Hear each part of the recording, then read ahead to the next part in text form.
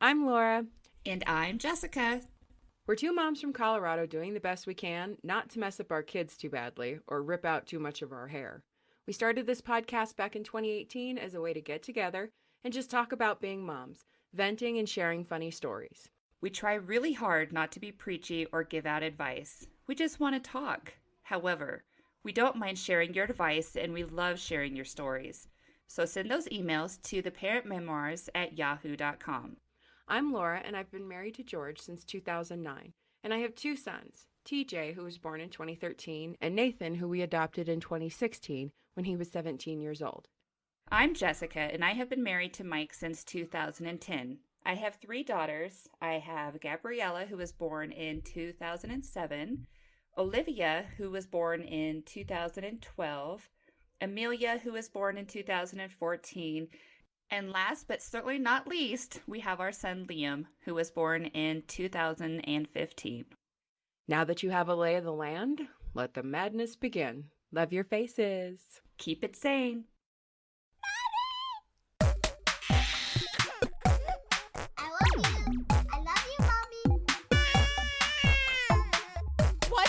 What?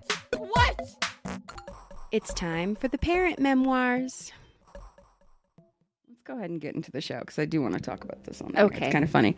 So what are we talking about today? I'm going to tell you on air. Oh, okay. So welcome to another episode of the Parent Memoirs. I'm Lara Mac.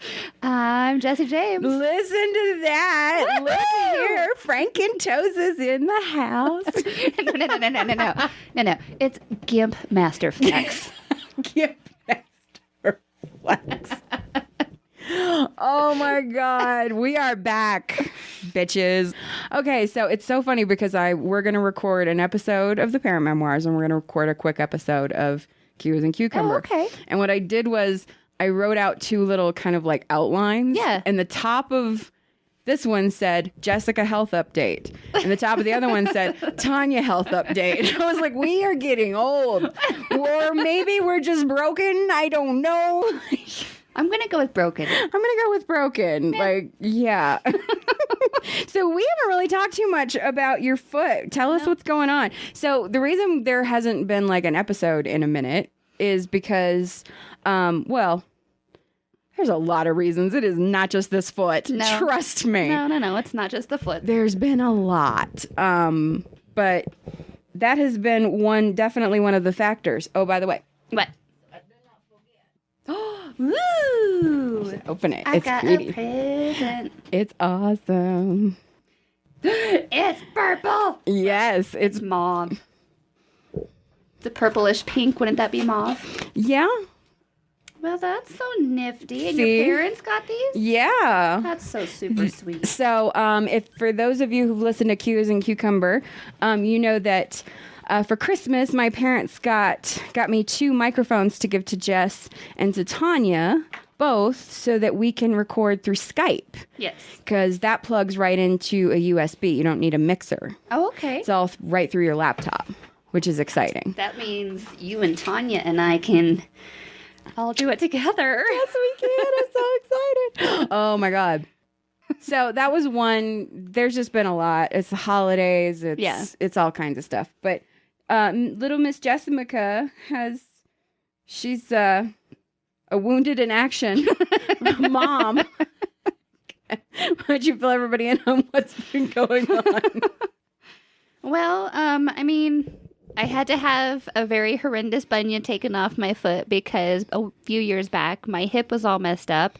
And so all we can assume is that I got this nasty bunion only on my right foot from walking so gimpy from my hip being all messed up. And it's been very painful. So I got that taken off. And then it's been on my foot for so long that the deformity in my bone went like almost up to the top of my foot. So they had to cut my foot open and basically reset that bone. So they had to break it. And then at the bottom of the bone, they cut out like a wedge to get the bone to angle in towards my foot properly because it was kind of like going out like a triangle. So they had to cut a wedge off the bottom of my bone. I wish you guys could see my face right now. I'm just like, no! And so I'm watching Jessica tell the story like a horror movie. Like I'm peeking through my fingers at her. Like, oh no, don't go in that room. right? But I did. Yeah. So that was There's a surgeon in there waiting for you. Sorry, go on. That's okay. That's okay. So anyways, so I cut that, taken care of, and then they, screwed everything back together. And if you want to put that picture up I sent you guys of all the screws in my foot, feel free. It's an impressive picture. It is. I think that's going to be the cover of this episode picture. There you go. Hey, it's all good. And then so while I was under the knife already, they went ahead and fixed my ankle because I roll my ankle constantly. Like I would be standing still folding laundry and my ankle would just give out on me. Yeah. And so they went in and there was a fractured bone on the interior of my ankle. So they took that bone out because he was like, well, it's been broken for years, so you must not really need it. I was like, oh, okay. I'm like, sure, that makes sense. I wish you guys could see my face because I'm just like, oh my God. So they really were like wounded in action. Oh, like, yeah. But it was my own action. Like, yeah, but still. Like it was my own unfortunate action. Oh my God, that's so funny. Of being a klutz and getting taken out constantly by little tiny pebbles that I would step on and be like plunk, just hit the ground. They weren't really pebbles. They were probably 1 inch by 1 inch. See, but I thought still, you were gonna say being taken out by these little tiny humans, but you went like your kids, but you went even smaller. Like yeah, pebbles. no. Surprisingly, the kids. I don't think they've ever made me fall yet. It's kind of shocking considering how many you have. I'm a little shocked. Right? I don't think I've ever... okay, I have tripped on, some shoes and some toys and everything like that, but I've never actually fallen from them. No, it's usually sidewalks, curbs, stuff like that. So on my ankle, they took out that bone, and then he had to rebuild all my tendons because he said they were just completely slack. So he rebuilt all of those and then screwed all of my ankle back together. So I've been off my foot for 8 weeks, and then as of last Tuesday, I was able to start slowly building up walking in my Frankenstein boot, which is really funny because the Gimp Master Flex. Because my boot is so much taller than my regular shoes that I wear, because I wear Converse, which have no lift to them. So I'm like, not. Dunk, dunk, dunk, walking around. Oh my God. So let's think about this, guys. She just said 8 weeks. In other words, think about all the things you did between Thanksgiving and now. Yep.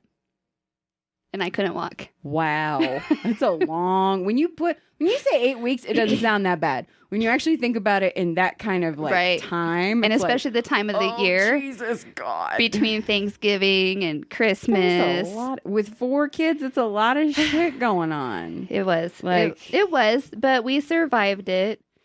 We've been through it. And then my next appointment is February 4th. And then I'll get another x-ray done, and hopefully I'll be done with the boot and in a lace-up brace that I have to wear, I think, for a month or 2. Okay. So, but the hard part is done. Done. Yeah. Okay. The rest is uncomfortable, annoying. Yeah. Yeah, pretty much. But, I will say, though, that once I can, get a little more at ease with everything, I get to go see my hip doctor again because... when trying to use the crutches to go to my very first follow-up, my very first post-op appointment, my amazing husband wanted me to use my crutches. Well, I've never used crutches before, and I have there's a decent step going out of my house onto the first step, and then the next step, which is even bigger, and then the next step, which goes down to my very sloping driveway. And I didn't even make it out the door. I didn't even make it out the front door. I was on my crutches at the front door. Really, Michael? And somehow Yes, I'm calling you Michael. I'm not calling you Al. I'm not calling you Mike. I am calling you Michael. Well, really? And I know you listen to this on the road. Really? You know your wife. You've known her longer than I have. Really? So I require an explanation. No, I'm kidding. Go on. That's okay. I love you, Mike. It's okay. And, and it's when I still had the giant cast on, my leg. and I'm not supposed to put any weight on my foot at all. And I'm like, one minute I'm standing there, and the next minute I just feel myself falling backwards. And so I fall and I turn to try to avoid landing on my foot, but I turned myself the wrong way. So I turned to my right side, which is where my foot's fucked up and where my fake hip is. And so I fall right on my hip. Oh my God. And I've been having a lot of pain in my hip since then. I would assume. Yeah, that would make sense. So now I got to call my hip doctor and be like, hey, how's it going? See, like, we need to talk. Like, right? Guess what happened to me, doc? And I love my hip doctor. I love him because, like, it was so funny. I don't know if I ever told you about this, but after I had Liam, that was after my hip surgery, and I had him, and I went and saw him as a follow-up after I had Liam because my hip started popping. Like, I would walk and it would pop, and so I was concerned. I went and saw him, and I was like, is this normal after having a kid? And he was like, I don't know. I've never replaced a hip on somebody that's still bearing children before. It's like... And he was like, usually, most of the women I have to replace hips on are, past menopause. They're not even going through menopause. Like, they are done. They're not just like the last few minutes in the oven. Right. They're like fully cooked and eaten. Like, what the hell? Right? And so I love him because, he likes to joke around about, being only in my 30s and already having a fake hip and, Because it's funny. Yeah. No offense. So, like, I don't really want to go see him, but I'm kind of looking forward to it because it's been a few years and I can be like, hey, buddy, how's it going? Well, it's good. For those of you who don't listen to our Q's and Cucumber show that I have with Tanya, if you check out, there's an episode called Chris at Red Noland where I talk about this amazing collision center that fixed my car when I got rear-ended. And the guy there was so sweet and so patient and very nice. And we got my car fixed. And like a month later, I got rear-ended again. So I called him and was like, you did such a good job that I decided. And he was just like, shut up. No. And I thought, well, at least I like had somebody that I had that kind of rapport with. Yeah. At least like I'm sure he thinks I'm annoying, but like I'm sure he's like, this bitch again. Seriously. But I was just like, he does remember me though. Like when I called him, I was like, I don't know if you remember me. And he was like, oh yeah, the podcast lady. Because I told him we were going to have a podcast episode about it. And he was like, well, you're going to have to give me another review. It's nice when you have somebody that isn't a friend or a family member or something like that, that you just know you have that kind of rapport. Right. Like, I know. I've always wondered that because, like, for some reason, when I'm working with people who I have no idea who they are, I'm just all like, I don't care for strangers. You're my fucking friend. And I talk to them like I've known them for 20 years. And when, before we moved and I had all these electrician guys over all the time, I'd just be like, hey, come on in. Let's have a beer. What's up? Let's be friends. Why not? And, we would leave and I'd be like, peace out. Don't forget to lock up when you're done. And I always wondered, like, okay, am I just annoying? No, I think there are some people you do get that, like, general kind of vibe with. Right.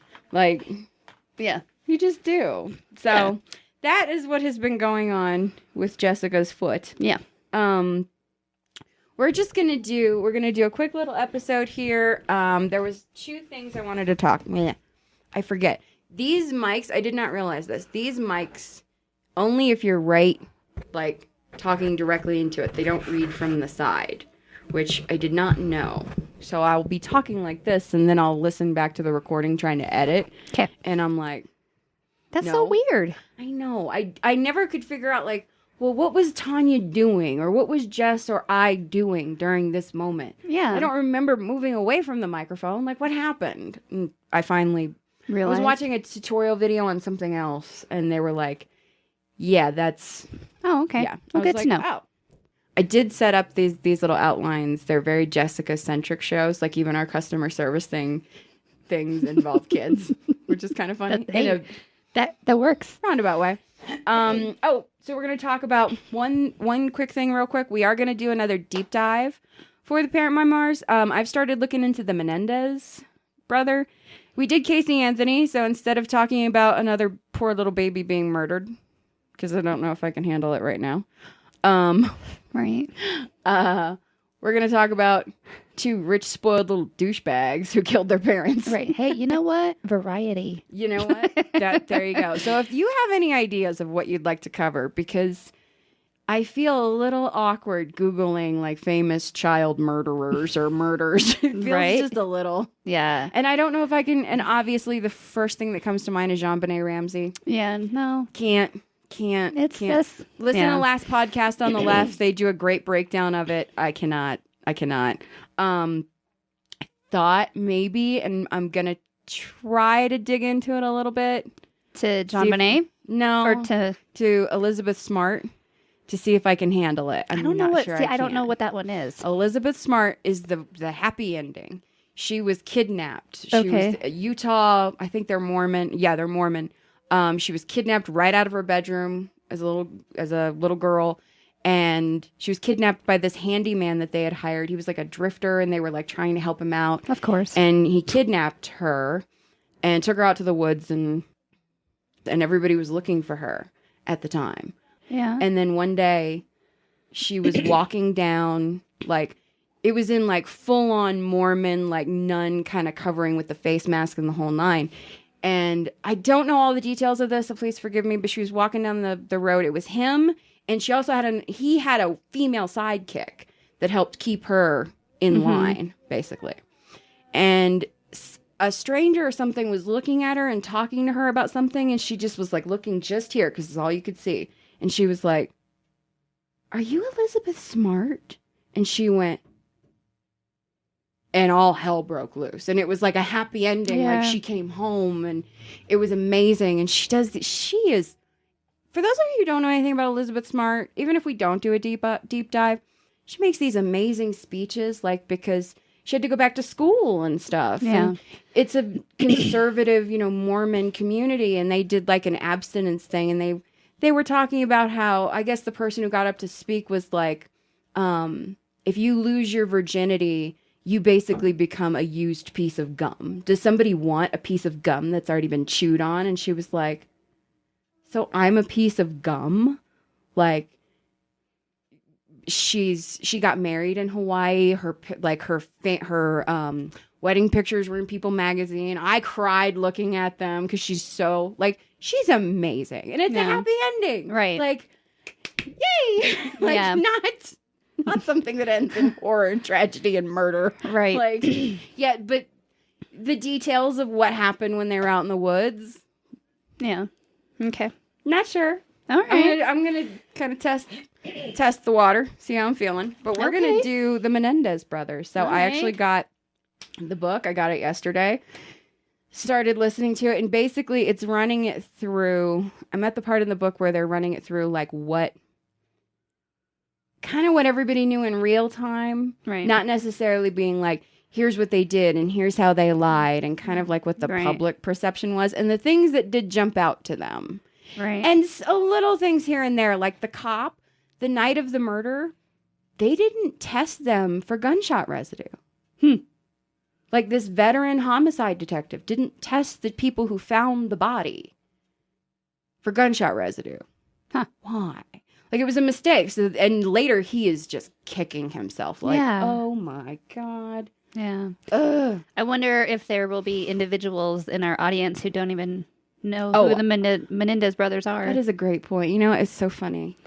Because when did that case, because that was what, in the 90s? 92, 94. Yeah. But here's the thing. I think this Menendez brothers book just came out. Yeah. Which is why I thought about it. Okay. Like, I saw it I was like, really? Yeah. Okay. Because it's got some updates on them. So for those of you who are, young and not, old gremlins like us. Old gremlins that are falling apart daily.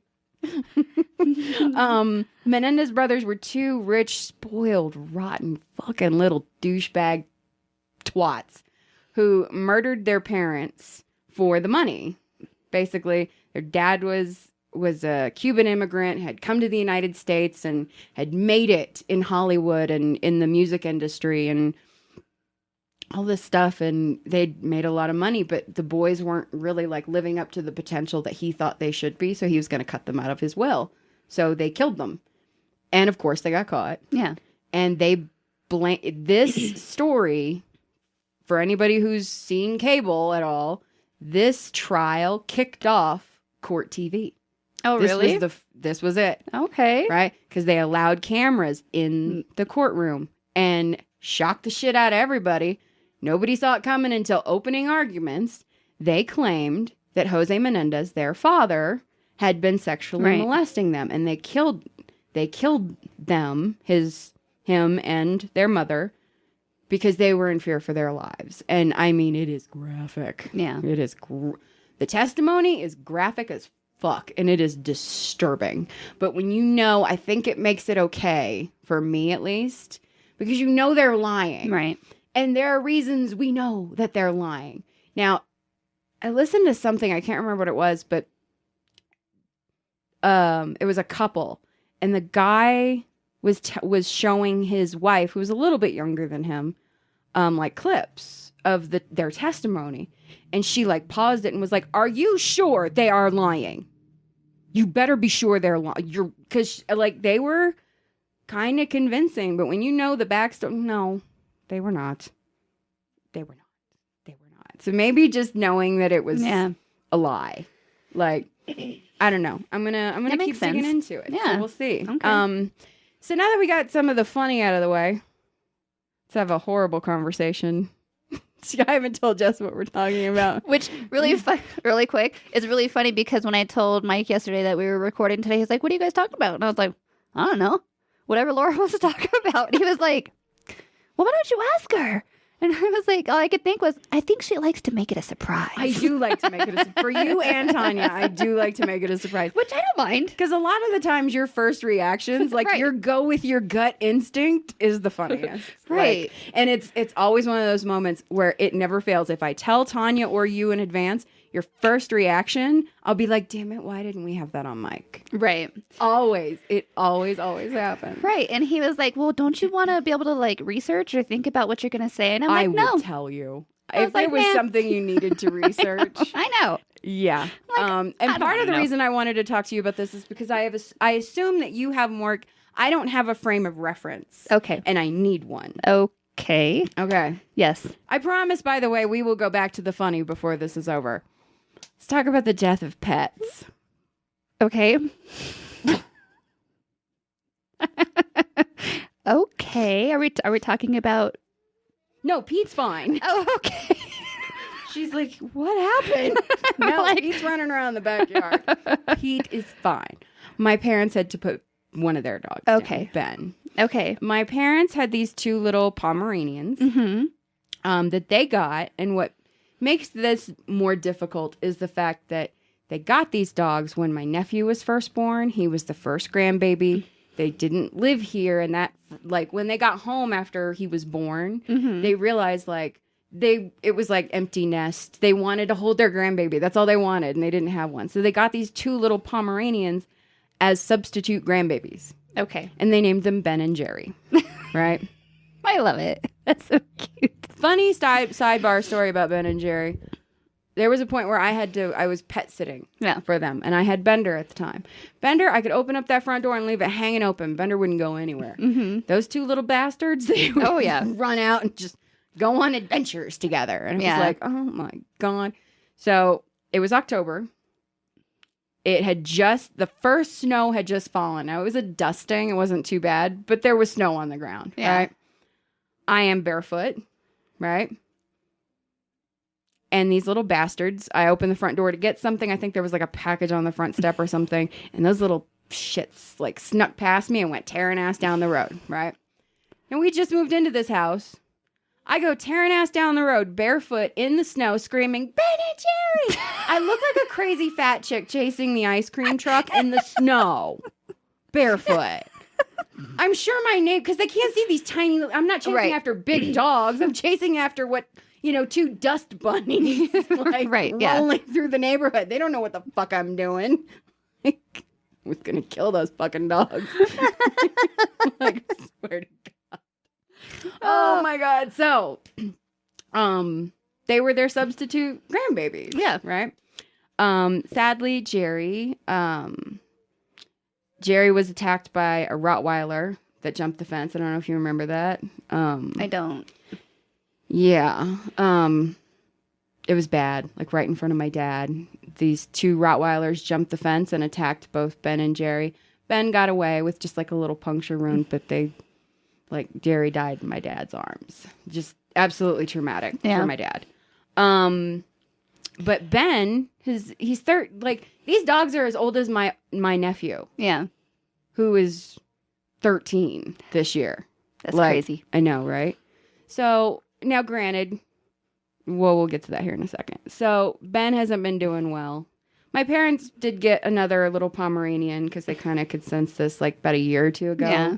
So they got Molly. Molly is, she's just got the soul of a teenage girl of just like, I cannot wait until I turn 18 and I can get out of here and get away from you people. But I still want all of your attention. Right. Like that's her. This dog is so funny. Sure. But this week they had to put Ben down. Yeah. And it was, we just told TJ this morning. There was a lot of tears. Like, because, TJ they live here. Yeah. Like, he sees these dogs all the time. Sure. So we told him, a lot of tears. Is the same thing going to happen to Pete? Well, yeah. Eventually, unfortunately. Honey. Like, and Pete's face is starting to get a little bit gray. Like, it's not going to last for... not time for that conversation. Right. At that moment. We just said someday, but you don't have to worry about that for now. But here's the problem that I have with the death of pets. And not necessarily talking about the specific death of a specific pet, because that'll just make everybody cry. I didn't lose my first pet until I was 23. Mm-hmm. Like, we got our dog Peaches when I was 5. She did not die until I was 20. No, I was 25, actually.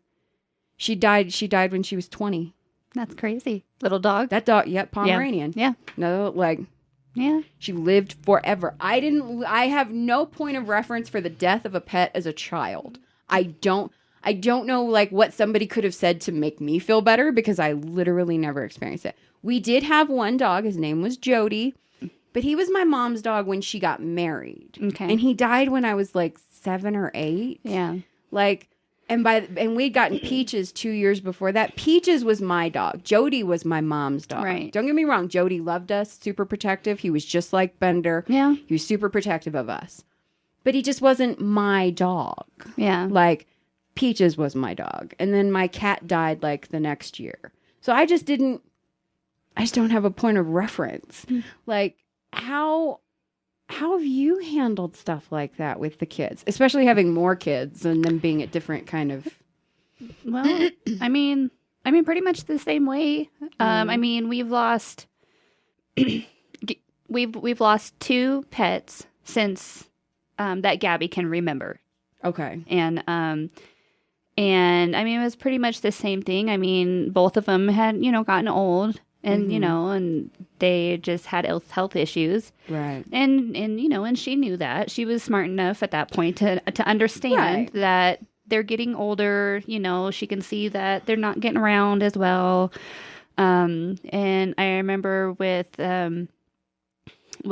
Brock, the first, no, I'm sorry. I apologize. With Tina, when she passed, because he lost her first. Mm-hmm. We sat her down and just explained to her that, that she was hurting and that she went to sleep and that's how it happens. And that's what happened and that she wasn't going to be coming back home. Right. And, and she cried for, a little bit, but kids, they're pretty, they rebound pretty quickly.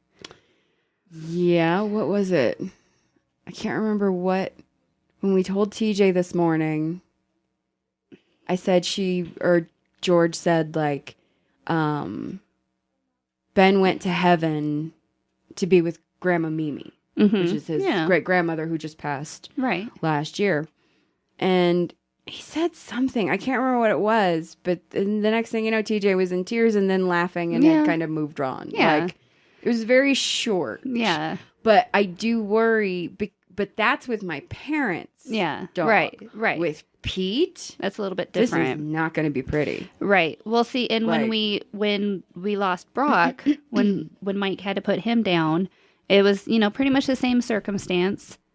And we had the other kids, but they wouldn't have been old enough for them maybe to understand that he's not there, but that was about it. And, in the same scenario, however, a few weeks ago, or no, probably about a month ago now, we had a little bit of a scare with Gabby's dog, with Stella, because she started getting like these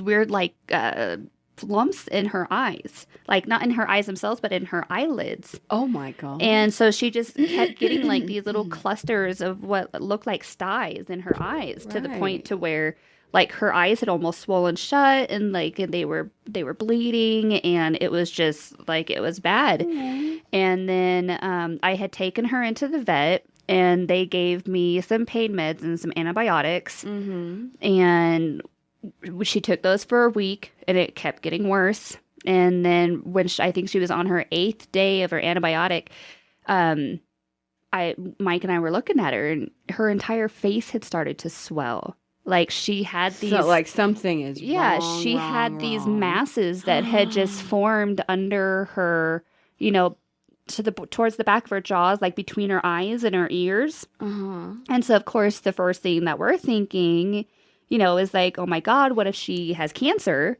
And she was obviously in pain.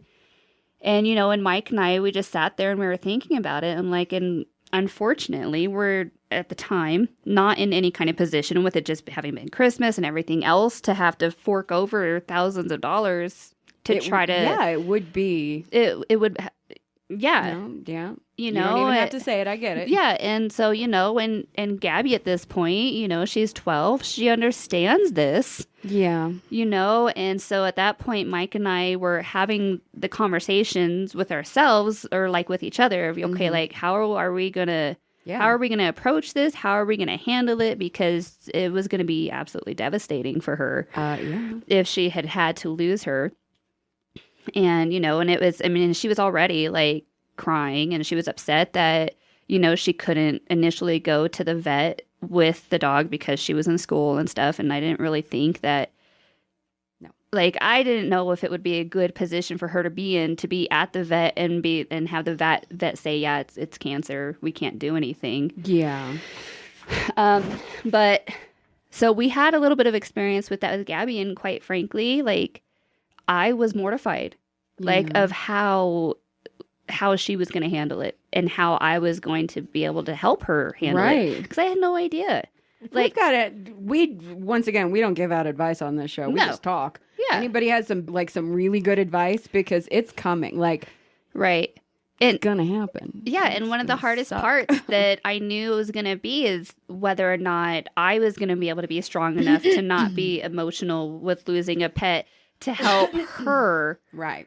Because when I would just sit there and think about, oh my God, are we going to have to do this? And then I would just start crying. Exactly. Because I'm worried about the dog, and I'm worried about my kid, and, so. And not just one kid, you've got 4 kids, and they're all going to be. Yeah, at this point, they would all understand. And but luckily, we took her back into the vet, and we ended up having to send her to an eye specialist. And, they were able to, give her a steroid to help with it, which, got everything. Do they know what it is? No, but we still don't know what it is. They're just assuming it's some kind of autoimmune issue. Oh. But because we don't know what it is or what caused it, it can come right back. Yeah. So I have no idea. Yeah. And see, TJ, when we lost Bender, Bender wasn't TJ's dog. At the end, he was, but unbeknownst to TJ. But he was 2. Right. It's a terrible fucking age. Yeah. Old enough to know the dog's missing, too young to understand in any way. Right. It was awful. We lasted 4 days, and we got Pete. Yeah. So, I'm curious to see if my parents are going to get another dog right away. Like, because they're both retired, and that's what's different. They're both retired. They're home by themselves all day. Like, right. And they have another dog that might, that may or may not. I don't know. If she's a little sassy, she might not really respond to. Okay, here's the way I put it. If mom and dad were to have a I'm fallen and I can't get up moment, Ben would have run to go get help. Molly would just sit and wait until they expired to eat them. Oh, God. Molly would probably like go get their cell phone with their mouth and put it just out of their reach just to watch. So then, yeah, they should get another dog. That little dog is a bitch. Like, she's awful. She's cute. She's fun. Don't get me. I'm making her sound way worse than she is. But yeah, it makes me think of that that show, the episode of what was it? Tales from the Dark Side. Was what it was called? You don't know? But anyways, there was this. It was like, I don't know. I think it was Tales from the Dark Side, and they'd be like these little stories that would get told, and one of them was this cat who would kill people. Oh my God! By like tripping them, and they would fall downstairs or whatever. And at the end, this old guy that lives in the house that this cat lives in, she lays on top of his mouth and smothers him in his sleep so that he would die.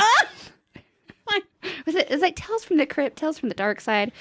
Oh, I'm going to have to look it up now because now it's going to drive me bonkers. All right. So that is my morbid. We got to get back to the fun. All right.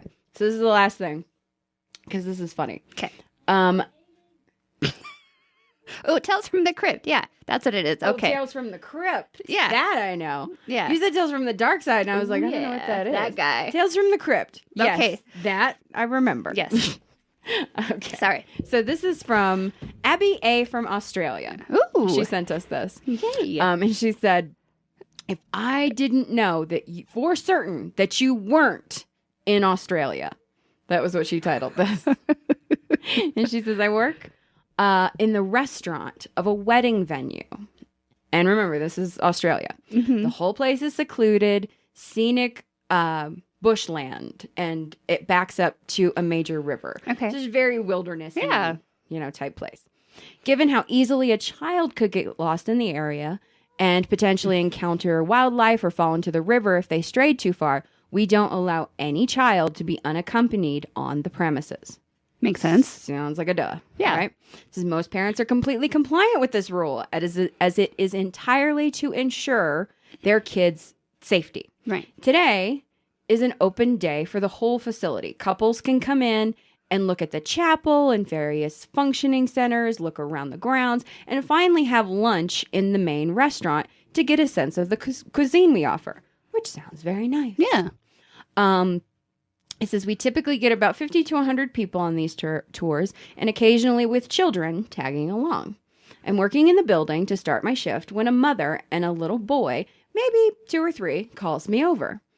And the mother says, hi, I was just wondering what there is for little ones to do while we look around. And the child pipes up and is like, we'll just say Billy. I'm Billy. And I know, my acting debut. Here we go. And I say, hi, Billy. And I turn back to the mother and say, actually, ma'am, we have a pretty strict policy that kids need to stay with their guardians at all times. Our property is very large and we hate for anybody to get wandered off or get lost or get hurt.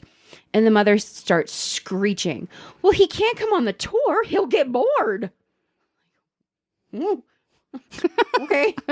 Well, heaven forbid the child be bored. Like, okay. And I'm like, as I said, ma'am, all children need to stick with their parent or guardian while on the premises.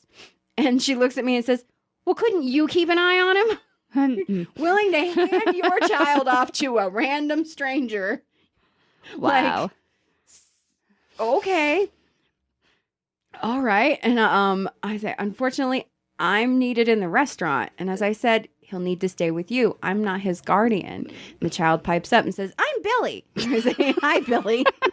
I love that, Abby, I love that you actually included all these little details of I'm Billy, because you can really get the sense of how this looked and what it sounded like. I love it. And the mother says, "What the fuck?" And I say, I'm sorry. Then she says, "You expect me to just tote my son around all afternoon?" Yeah. That's what's being a parent's all about. And I said, "As his guardian? Yes." Nice. Right? Like, hello. And then the mother says, "This is fucking ridiculous." The kid says, "This is fucking ridiculous."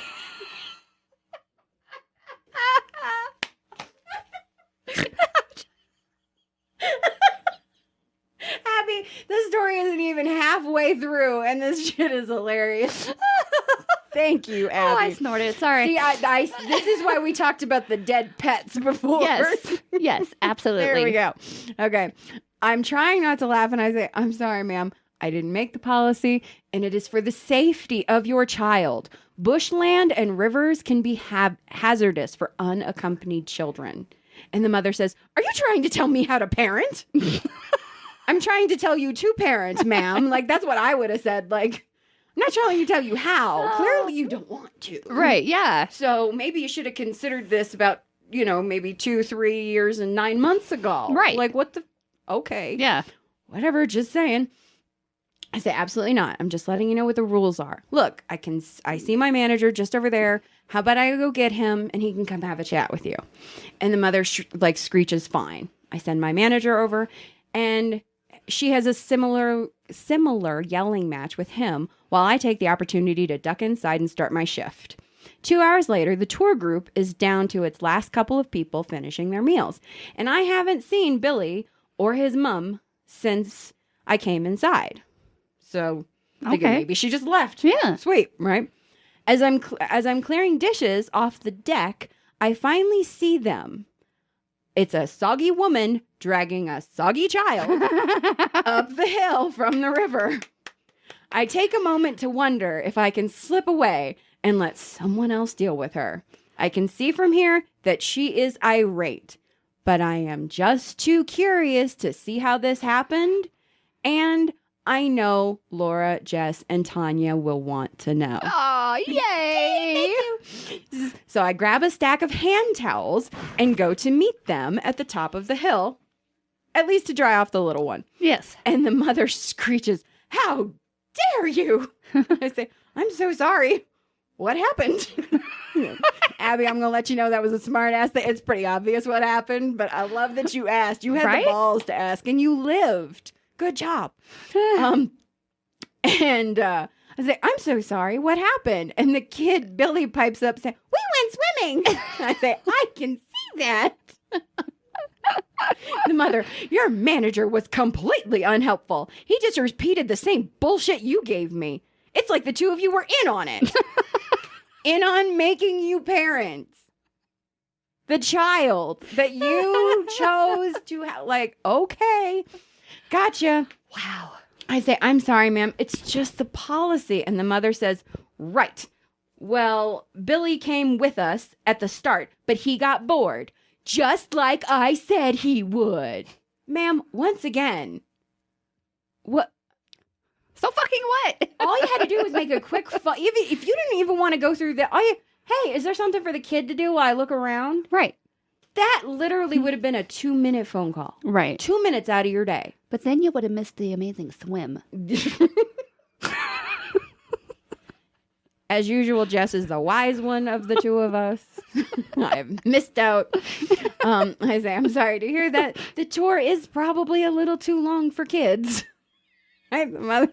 Which feels like a real smart ass thing to say in this moment, Abby. I love you to death, but good job. I'm not saying that as a criticism. I'm saying that good job. I say, "It's probably a little too long." And the mother says, "So I said he could play on the hill until lunchtime. So she told him, you can go play on that hill. Do you really think a 2 or 3-year-old's going to stay on a hill? They're going to see all the stuff if they're on the top of the hill, like, right. Come on. They're going to go looking." And I say, "Oh." And then when I came back for him, he'd gone down to the river. He could have drowned. I said, well, I am so glad that you found him in time. Abby, you are my hero. I'm in love. My God, I would leave George for you right now. This is so funny. Oh, my God. Oh, I'm so glad you found him in time. And the mother says, well, how is it possible that none of your staff saw him go? I say, I'm sorry? And he says, you are all fucking incompetent. If he had drowned, you would have been arrested for murder. No. At this point, it's reached ridiculous phase, but someone comes to my rescue. One of the women on the tour, who by her accent was likely either American or Canadian, who has been nearby, and unbeknownst to me, clearly listening to this psycho, finally snapped. The woman yells, bitch, it is no one's job to watch your kid but yours. You would have been charged. And honestly, how you've acted like you expect the world to just raise your child for you, I'm about to call child services. In fact, if you don't leave now, I'm just going to call them. Beat it, bitch. Sounds like an American thing. I want a t-shirt. This is big. I guarantee you, Abby, that was not a Canadian. I'm just going to tell you right now. That definitely sounds like something one of us would say. So I would gamble my right breast. That is not a Canadian. I would offer one of mine, but they're about one of the last remaining things that I have that's still intact and not falling apart. That is amazing. Oh my God, I'm gonna die. Oh, people are I can't even amazing. breathe. Oh my God. Oh, Jesus. Oh, Jesus. At this point, she went completely off the rails, which I really want to see what off the rails is. She went off the rails, accusing the venue of setting up a death trap for her child. She screamed that only trashy child murderers work at and use our facility, and shrieked that she would never be back, which, of course, we were all very sad to hear. Right. We did offer the visiting American or Canadian woman a wedding free of charge. Really? That's amazing. I don't know if that's sarcastic. Abby, could you let us know? I assume that's sarcastic, but wow. That would be phenomenal. I mean, I gotta say, if I owned that venue, I probably, because you're making a scene, you don't know, maybe 10% of the parents in the group might agree with, especially the people who don't have kids, might agree with this woman. Right. And they're going to go out into the world and tell this story. Right. Now, this woman who shut it down and probably told everybody in that group about themselves too, and prevented it from getting worse. Right. I mean, just in revenue, like word of mouth revenue alone, that you could have lost. Yeah, I'd have given that woman a free wedding. Hell yeah. And and it makes me really wonder like what that mom's behavior was like to all the other people on that tour if that woman that spoke up had already like had it. She clearly made her snap. It was like the last straw. Yeah, because she was probably trying to pawn her kid off on every other person in that group. Like, can you watch him? Like, I'm sorry, that kid, I mean, I'm sure he's very cute, and I hope that she got her a good 2 years out of him, because I don't think he is long for this world, sadly. Right? I know. Like, poor kid. Somehow we got to death again. I'm not sure how. Because they're stupid people that shouldn't breed. This is true. All right, we're going to wrap this one up. We're going to do a quick Q's and cucumber, and then I got to go get lunch for the boys. Boop, boop, boop. It's like a half hour. So, until next time, I'm Lara Mac. I'm Jessica James. Love your faces. Like what you hear? Rate and review on iTunes and be entered into our monthly drawing for a $50 Amazon gift card. You can also follow us on Twitter and Instagram at TPM_Lara, LARA, and TPM_Jessie James, JESSIJAMES. You can also check out the Parent Memoirs Facebook page or the Parent Memoirs page on qisandcucumber.com. We also want to hear your advice, stories, feedback, and show suggestions. Email us at theparentmemoirs@yahoo.com, and you may hear them on a future episode. Stay strong, mommies and daddies. Love your faces.